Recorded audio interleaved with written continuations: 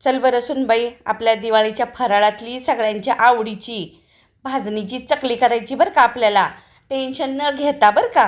का नाही, चकली म्हणली की सगळ्यांना टेन्शन येतं. मोजमाप कसं, तेलात विरघळल का, कडक होईल का, खुसखुशीत होईल का, ही सगळं टेन्शन आज गायब करायचं आहे आपण सगळ्यांचं. कारण आपण सगळं प्रमाण वाटीनं सांगणारे, ग्रॅमवर अजिबात सांगणारे सगळं ढोबळ प्रमाण आहे बरं का. आणि ही प्रमाण आहे का नाही आपल्याला पिढ्यानपिढ्या चालत आलेलं आहे. म्हणजे माझ्या आईने मला शिकवलं, आता मी तुला शिकवते. सासूबाईंची रेसिपी आपण लक्ष्मीच्या टायमाला बघितली, आज आता दिवाळीच्या टायमाला आईची बघायची, म्हणजे माझ्या आईची बघायची, तुझ्या आजी सासूबाईची बघायची. ही रेसिपी आता मी तिसऱ्या पिढीला द्यायला लागले. आणि ही एकदा केली, अगर एकदा हाताखालून गेली का नाही तर त्याचं प्रमाण डोक्यात फिट बसतं. इतकी साधी सोपी आहे. तर का नाही, एक वाटी घ्यायची, त्या वाटीनं 4 वाटी तांदूळ घ्यायचं आणि घ्यायचं 1.5 वाटी हरभऱ्याची डाळ, पाऊण वाटी मूग डाळ पिवळी आणि अर्धा वाटी घ्यायची उडदाची डाळ. एकच वाटीचं प्रमाण ठेवायचं, सगळं त्याच वाटीनं मोजायचं. आणि 1 वाटी घ्यायचं पोहं, म्हणजे आपण कांद्या पोह्याचं पोहं करतो का नाही ती. आणि पाऊण वाटी घ्यायचं साबुदाणा, 4 चमचे धने, 2 चमचे घ्यायचं जिरी. आणि ही जी वाटी आहे का नाही जरा मी मोठी घेतली होती, म्हणजे जरा जास्त भाजणी व्हावी म्हणताना. आता आपल्याला जसं पाहिजे, तर तुम्हाला ट्राय करायची असेल आधी तर तुम्ही काय करा, बारक्या वाटीचं प्रमाण घ्या बरं का. जी बघणारे व्हिडिओ आहे ते त्यांनी एकदाच लई मोठी घेऊ नका. आता मला हाताखालून गेलेलं आहे, वर्षानुवर्ष मी करते, त्यामुळं का नाही मी मोठ्या वाटीचं प्रमाण घेतलं आहे. आणि ती पहिल्यांदा काय करायचं, तांदूळ धुवून घेतलं आणि असं चाळणीत घातलं. सगळं तसंच करायचं, डाळी बी तांदूळ बी. आणि पातळ असं कॉटनच्या कपड्यावर पसरायचं. म्हणजे कॉटनच्या का माहिती आहे का, तर त्याचं ती पाणी असते का नाही ती शोषून घेते. आपल्याला उन्हात वाळवायचं नाही बरं का.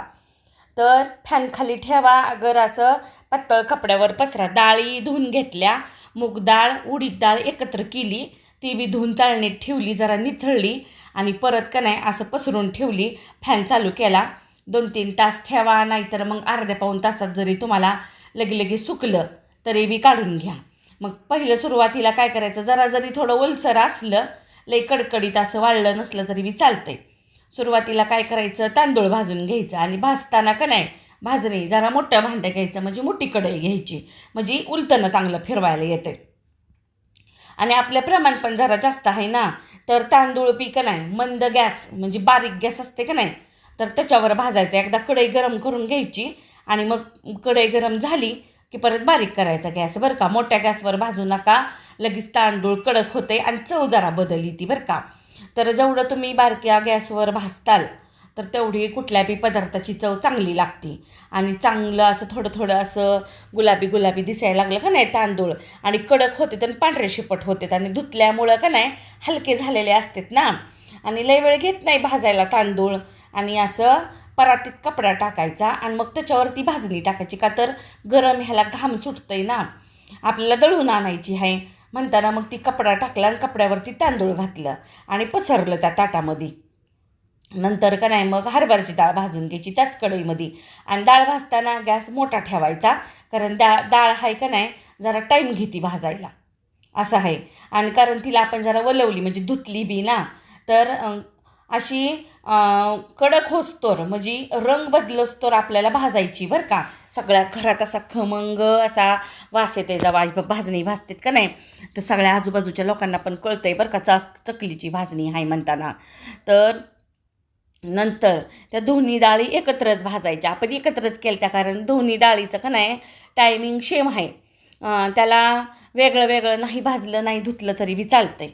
आणि ही डाळ पण का नाही जरा मिडियम गॅसवर, म्हणजे लई मोठ्या गॅसवर भाजू नका, जरा नाजूक असती ना, नाजूक साजूक असती जरा ती मुगाची उडदाची डाळ, बारीक असती.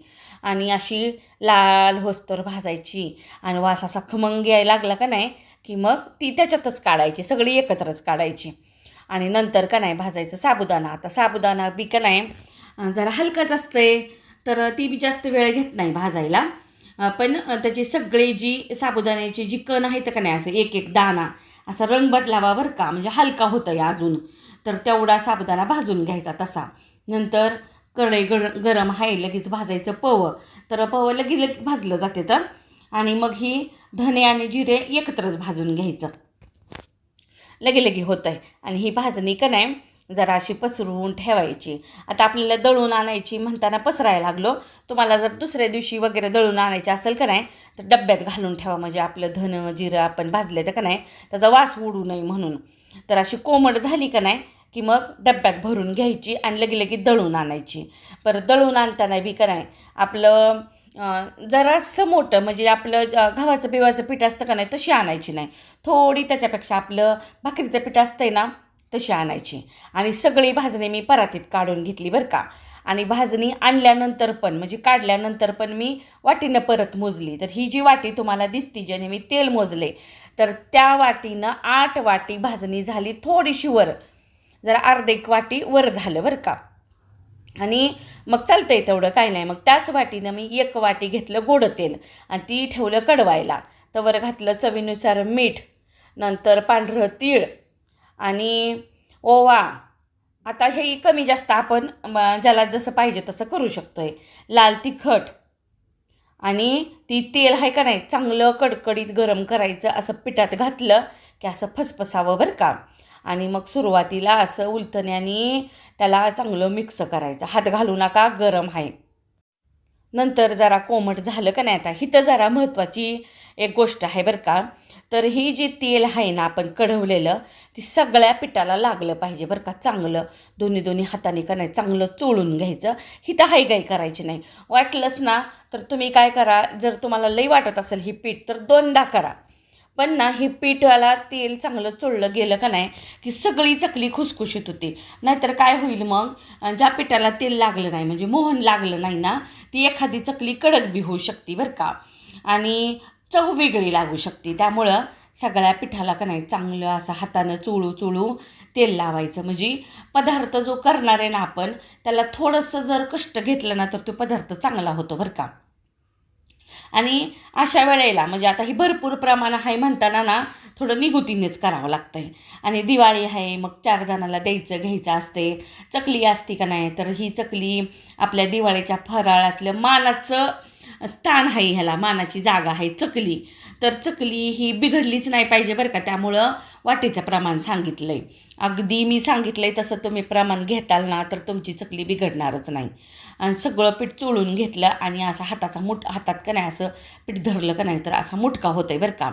तवर मी काय केलं तर ज्या वाटीनं आपण पीठ मोजले त्याच वाटीनं मी 4 वाटी पाणी गरम करायला ठेवलं. तर तेवढं बी मला कमी पडलं आणि परत अजून 2-3 वाट्या मी ठेवलं बरं का गरम करायला. तर आता ह्याचं कसं आहे माहिती आहे का पाण्याचं, कुणाचे तांदूळ नवे कुणाचे तांदूळ जुने.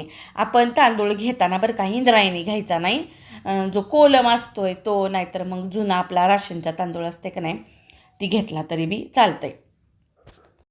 आता पिठाला पाणी कमी जास्त का नाही त्याच्या तांदळाच्या डाळीच्या ह्याच्यावरच ठरतं. तर तेवढं जी 2-3 वाट्या आहे ना तेवढं लागलं नाही, थोडं कमी लागलं. आणि मी 2 गोळे वेगळे करून का नाही आधी 1 गोळा करून घेतला ताटात ठेवला, मग दुसरा गोळा केला कारण जास्त पीठ होतं. आणि घट्ट तिंबायचं बरं का. आणि नंतर जी सोऱ्या आहे ना त्याला अशी चकलीची प्लेट लावून घ्यायची आणि पाण्याचा हात घ्यायचा आणि आपण 1 गोळा घ्यायचा. आणि आपण भाकरीला पीठ कसं मळतो म्हणजे मरतो ना, चुरतो असं पीठ, तर तसं चुरून घ्यायचं प्रत्येक वेळेस. तुम्ही 2-2 सोऱ्याचा चुरा अगर एका चुरा जसं तुम्हाला जमल तसं. तवर तेल बी गरम करायला ठेवायचं. आणि तेल गरम करायला ठेवताना मोठ्या कढईत ठेवायचं आणि पीठ चुरल्यानंतर असा गोल एकच गोळा करायचा आणि तो घालायचा आपल्याला सोऱ्यामध्ये. तुम्ही जर तुकडं घालताल ना तर तुमची चकलीचा तुकडा पडू शकतंय. त्यामुळं अख्खा गोळा आपण घालणार आहेत सोऱ्यामध्ये. आणि तवर ती जी पीठ आहे ना आपलं ते आपण झाकण घालून ठेवायचं, अगर कपड्यानं झाकायचं आणि अशा चकल्या पाडून घ्यायच्या. आता चकल्या तुम्ही पिलीटात पाडा, नाहीतर मग एखाद्या कपड्यावर पाडा, नाहीतर कागदावर. आता इथं मी टिश्यू पेपर घेतलेत.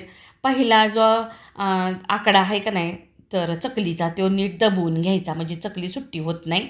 आणि शेवटचा बी जो आहे का नाही तर त्याचं बी तोंड चांगलं बंद करायचं म्हणजे ती तेलात सुट्ट होत नाही. ही एक महत्त्वाची टिप आहे बरं का इथं. आणि कडकडीत आपलं तेल लई गरम करायचं नाही.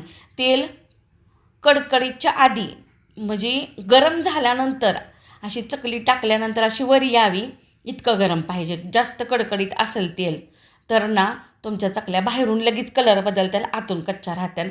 आणि लई गार म्हणजे लई कोमट बी असेल ना तर तेलात विगरल, म्हणजे सुट्टी सुट्टी होईल. आणि लगी झाऱ्या लावायचं नाही, एक थोडा वेळ थांबायचं, त्या चकलीला तिचा आकार घेऊ द्यायचा, म्हणजे सेट होऊ द्यायचं. आणि मग त्याच्यामध्ये घालायचा झाऱ्या आणि अशी एकदा उलटी करून घ्यायची. आणि मी कढई मोठी ठेवली जरा, आता माझी जुनी कढई आहे बरं काही, का तर ह्याच्यामध्ये जास्त क्वांटिटीने तळलं जातं आहे ना, जरा 5-7 अशा तळल्या जातात, म्हणून मी तेलबी भरपूर घातलं, माझं हाईच जास्तीचं ना, तर त्यामुळं जास्त तेलबी घातलं आणि मोठी कढई बी घेतली होती. आणि त्याचे बुडबुडे बंद होईपर्यंत आपल्याला चकली तळून घ्यायची आहे. चकली तळलीची तीच खूण आहे, त्याचे बुडबुडे कमी होतेत आणि असे थोडे थोडे दिसायला लागते. त्यावेळेस चकली काढायची, रंग बी बदललेला असते आणि थंड करायला ठेवायची. म्हणजे त्या काढल्यानंतर बी थोडासा पुढं रंग जाते बरं का. हो का, आता तुम्ही बघताल आपल्या चकल्या गोल गरगरीत बी झाल्यात आणि एकसारख्या अशा तळल्या गेल्यात बरं का. आणि परत का नाही जास्त क्वांटिटी असल्यामुळं मोठं मी कढई ठेवल्यामुळं का नाही उरकल्या बी मला. जवळजवळ माझ्या तेवढ्या चकलीला तुम्हाला सांगते 1.5-2 तासामध्ये झाल्या की हो सगळ्या चकल्या. आणि तुम्हाला आता एवढं दाखवते मी कसली खुसखुशीत झाली आहे चकली, हातावर असा तुकडा काढून. चला मग तुम्ही बी पण का नाही आपल्या ह्या भाजणीची चकली करून बघा, केल्यानंतर कमेंट करा आणि सबस्क्राईब केले नसेल चॅनलला तर पटापटा करा. आपण रोजच्या रोज नवनवीन रेसिपी घेऊन येत असतो. माझा आणि आमच्या सुनबाईंचा सगळ्याला नमस्कार.